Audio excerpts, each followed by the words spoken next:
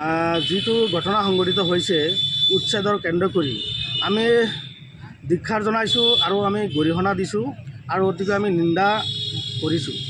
আপোনালোকে জানে এই বিজেপি চৰকাৰ অহাৰ পিছত খালি সোণাপুৰীতে নহয়, অসমৰ বিভিন্ন এলেকাত এই উচ্ছেদৰ নামত আজি বহুত সংখ্যক নিৰহৰ ব্যক্তিক গুলি কৰি আৰক্ষীৰ জৰিয়তে গুলি কৰি হত্যা কৰা হৈছে। আৰু আমি ক'বলৈ বিচাৰিছিলোঁ যে বিজেপি চৰকাৰ অহাৰ পিছত এই অসমখন বিভিন্ন জাতি জনগোষ্ঠী মাজত শান্তি সম্প্ৰীতি বৰ্তাই ৰাখি এই অসমখন আগুৱাই লৈ যোৱাৰ যিটো ইচ্ছা প্ৰকাশ আমি কৰিছিলোঁ আৰু আমি যিটো ভাবিছিলোঁ তাৰ বিপৰীতহে আমি দেখা পাইছোঁ। আৰু বিশেষকৈ সংখ্যালঘু মুছলমানক টাৰ্গেট কৰি মুখ্যমন্ত্ৰী ডাঙৰীয়াই কি কৰিব বিচাৰিছে আমি ধৰিব পৰা নাই।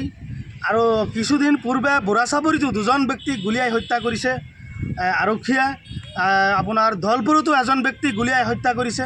এনেকুৱা বিভিন্ন এলেকাত নিৰহৰ মানুহখিনিক আৰু আৰক্ষীৰ জৰিয়তে অবৈধভাৱে অসাংবিধানিকভাৱে উচ্ছেদ কৰি, মানে গণতান্ত্ৰিক পদ্ধতিৰে নহয়, অসাংবিধানিকভাৱে উচ্ছেদ কৰি আৰু মানুহখিনিক কোনো ধৰণৰ আগতীয়াকৈ নটিচ নিদিয়াকৈ। আৰু ইতিমধ্যে আমি দেখিছোঁ 2022 চনত হাইকোৰ্টে গুৱাহাটী উচ্চতম ন্যায়ালয়ে এটা ৰায় প্ৰদান কৰিছে যে উচ্ছেদস্থলীত আৰু উচ্ছেদ কৰাৰ পূৰ্বে প্ৰায় 15 দিন পূৰ্বে আৰক্ষীয়ে জাননী দিব লাগে। আৰু আমি দেখিছোঁ কেৱল এক দুই দিন আগতে তেওঁলোকে মাইক যোগে জাননী দি পেলাই সেই মানুহখিনিক কোনো ঠাইত নোযোৱাৰ কোনো সুবিধা নিদি পেলাই আৰু হঠাৎকৈ পৰিকল্পিতভাৱে ষড়যন্ত্ৰমূলকভাৱে ইচ্ছাৰ বিৰুদ্ধে, সেই মানুহখিনিৰ ইচ্ছাৰ বিৰুদ্ধে বিভিন্ন সময়ত বুলডোজাৰ চলাই বা JCB চলাই সেই মানুহখিনিক জোৰ জবস্তি কৰি তাৰ পৰা ওলাই দিয়া হয়। এনেকুৱা কাণ্ড, চৰকাৰৰ এনেকুৱা কাণ্ডক আমি সংখ্যালঘু সংগ্ৰাম পৰিষদে আমি ধিক্ষাৰ জনাইছোঁ আৰু আমি গৰিহণা দিছোঁ আৰু অতিকৈ আমি নিন্দা জনাইছোঁ। আপোনালোকে জানে যে যুগ বছৰ ধৰি এই গৰাখহনীয়া মানুহখিনিক তেওঁলোকে জীৱন আৰু নিৰাপত্তাৰ কাৰণে, তেওঁলোকে নিজৰ আত্মৰক্ষাৰ কাৰণে, তেওঁলোকে জীয়াই থকাৰ কাৰণে আৰু বিভিন্ন এলেকাত চৰকাৰী মাটিত বা চৰকাৰী পতিত মাটিত তেওঁলোকে ঘৰ বান্ধি থাকি তেওঁলোকে জীৱন নিৰ্বাহ কৰি আহিছে। আৰু সেই মানুহখিনিক চৰকাৰে বসুন্ধৰা 2ৰ জৰিয়তে মেদি পাট্টা নিদি পেলাই, তেওঁলোকৰ কোনো ধৰণৰ সা সুবিধা নিদি পেলাই আজি তেওঁলোকৰ জীৱন এঘৰীয়া কৰিছে, তেওঁলোকৰ জীৱন পুংগ কৰিছে। ইয়াতকৈ আৰু লজ্জাজনক অসমত হ'ব নোৱাৰে।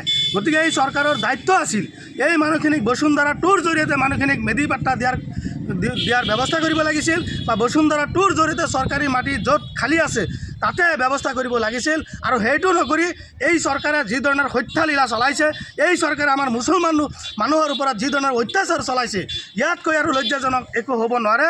আৰু যোৱাকালি যিটো ঘটনা সংঘটিত হৈছে, এই ঘটনাত কেইবাজনো ব্যক্তি নিহত হৈছে আৰু তাৰ লগতে আমি দেখিছোঁ প্ৰায় 22জনকৈ আৰক্ষী বিষয়া এই ক্ষেত্ৰত আঘাতপ্ৰাপ্ত হৈছে। যে এই যে আৰক্ষী আঘাতপ্ৰাপ্ত হৈছে বা আমাৰ মানুহখিনিক যে হত্যা কৰি মৃত্যু কৰা হ'ল, এই পৰিৱেশটো কিয় হ'ব লগা হৈছে? ইয়াৰ জগৰীয়া অসমৰ মাননীয় মুখ্যমন্ত্ৰী।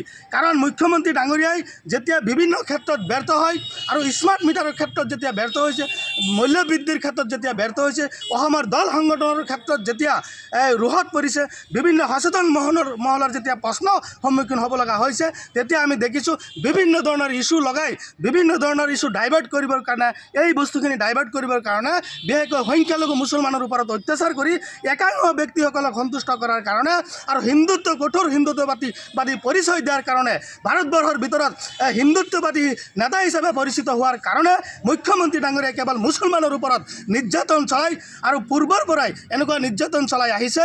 আৰু আমি কৈছোঁ মুখ্যমন্ত্ৰী ডাঙৰীয়া, আপুনি অসমৰ ৰজা, আপুনি প্ৰজাসকলক যি ধৰণে সুৰক্ষা দিব লাগিছিল আৰু অসমত আপোনাৰ জীৱন আৰু নিৰাপত্তা যেনেকুৱা সুৰক্ষা দিব লাগিছিল, বিশেষকৈ সংখ্যালঘু মুছলমানৰ ওপৰত আপুনি এই ক্ষেত্ৰত সম্পূৰ্ণভাৱে ব্যৰ্থ হৈছে। আপোনাৰ আৰক্ষী প্ৰশাসন ব্যৰ্থ হৈছে, আপুনি ৰাজধৰ্ম পালন কৰা নাই, আপুনি অসম চলোৱাৰ ক্ষেত্ৰত যে সম্পূৰ্ণভাৱে ব্যৰ্থ হৈছে, এই কথাটো স্পষ্ট হৈ গৈছে। মুখ্যমন্ত্ৰী ডাঙৰীয়াক আমি প্ৰশ্ন কৰিছোঁ যে আপুনি আজি মুখ্যমন্ত্ৰী হৈছে, কালি মুখ্যমন্ত্ৰী নাথাকিব পাৰে, কিন্তু আপোনাৰ যিটো কলা অধ্যায়, আপুনি যিটো আপোনাৰ চৰকাৰ যেনেকুৱা হত্যাকাৰী চৰকাৰ, এই হত্যাকাৰী চৰকাৰৰ আপুনি যে নেতৃত্ব দি আছে, এই অধ্যায় আৰু ইতিহাস আপোনাৰ কলংকিত অধ্যায় কিন্তু ইতিহাসত থাকি যাব। মুখ্যমন্ত্ৰী ডাঙৰীয়াই আপোনাৰ নেতৃত্বত প্ৰায় 100ৰ ওপৰত বিভিন্ন এলেকাত তেনেকুৱা এনকাউণ্টাৰ কৰি আৰু বুলডোজাৰ বিভিন্ন ধৰণৰ নিৰহৰ মানুহখিনিক যে হত্যা কৰিছে, এই ইতিহাস কিন্তু আমাৰ মুছলমান সমাজে পাহৰি নাযায়।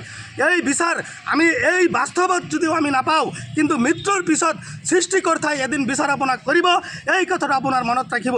আৰু ভাৰতবৰ্ষ নহয়, সমগ্ৰ বিশ্বত এনেকুৱা নেতা নাই যি নেতাই মুছলমানৰ ওপৰত অত্যাচাৰ কৰি আজি তেওঁলোকে ৰাজনৈতিকভাৱে জীয়াই আছে। আমি দেখিছোঁ তেওঁলোকে ৰাজনৈতিকভাৱে নিঃসাহ হৈছে। এই কথাটো ইতিমধ্যে আমি সমগ্ৰ আমি ৰাইজে আমি জানো, আমাৰ ইতিহাস আমি দেখিছোঁ যে এনেকুৱা পৃথিৱীত নেতা নাই যি নেতাই মুছলমানৰ ওপৰত অত্যাচাৰ কৰি আজি তেওঁলোকে সুস্থভাৱে জীয়াই আছে। ইয়াৰ পৰিণাম আপুনি ভুগিব লাগিব।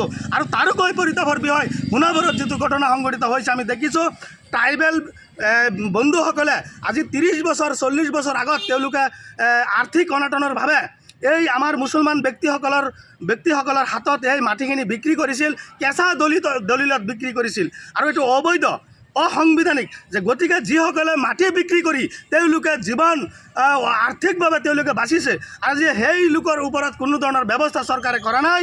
আৰু যিসকলে এক কটা মাটি নাই, তেওঁলোকে গৰাখহনীয়া মানুহ, তেওঁলোকে জীয়াই থকাৰ কাৰণে আৰু মানুহখিনিক তেওঁলোকে বাচি থাকিবৰ কাৰণে আজি সেই অলপ মাটি লৈ তেওঁলোকে কোনোমতে জীয়াই আছে। আজি সেই লোকৰ মানুহৰ ওপৰত এই চৰকাৰখনে অত্যাচাৰ চলাইছে। তাৰ উপৰিও যিসকলে বিক্ৰী কৰিছে, যিসকলক কেঁচা দলিলত বিক্ৰী কৰিছে, কিন্তু সেইসকলৰ ওপৰত চৰকাৰখনে কোনো ধৰণৰ ব্যৱস্থা গ্ৰহণ কৰা নাই। হঠাৎকৈ তেওঁলোকে কোনো ধৰণৰ পূৰ্বতে জাননী নিদি পেলাই এই চৰকাৰৰ হঠাৎকামী সিদ্ধান্তৰ কাৰণে আজি 22জন আৰক্ষী আজি আহত হ'ব লগা হৈছে, কেইবাজনো মানুহ মৃত্যু হ'ব লগা হৈছে। গতিকে আমি সংখ্যালঘু সংগ্ৰাম পৰিষদে মৃত্যু হোৱা পৰিয়ালক প্ৰায় 10 লাখ টকাৰ আমি দাবী উত্থাপন কৰিছোঁ। আৰু আহত যিসকল আৰক্ষী আহত হৈছে এইসকলক আৰু ক্ষতিপূৰণ দিবলৈ অসম চৰকাৰে যাতে কোনো ঠাইত এনেকুৱা পুনৰাবৃত্তি ঘটনা নহয়। গতিকে আমি সংখ্যালঘু মুছলমান যদি এনেকুৱাই অত্যাচাৰী হয়, এনেকুৱাই নিৰ্যাতন যদি আমাৰ ওপৰত চৰকাৰে এনেকুৱা সিদ্ধান্ত ল'ব লাগে, যি সিদ্ধান্তত আমাৰ এই অসমত মুছলমান মানুহ লাগিলে একেলগে লাইন পাতি থিয় কৰাই আপোনালোকে গুলি কৰি মাৰক, কিন্তু কেনেকুৱা জীয়াই আপোনাক নামাৰিবলৈ আমি আহ্বান জনাইছোঁ।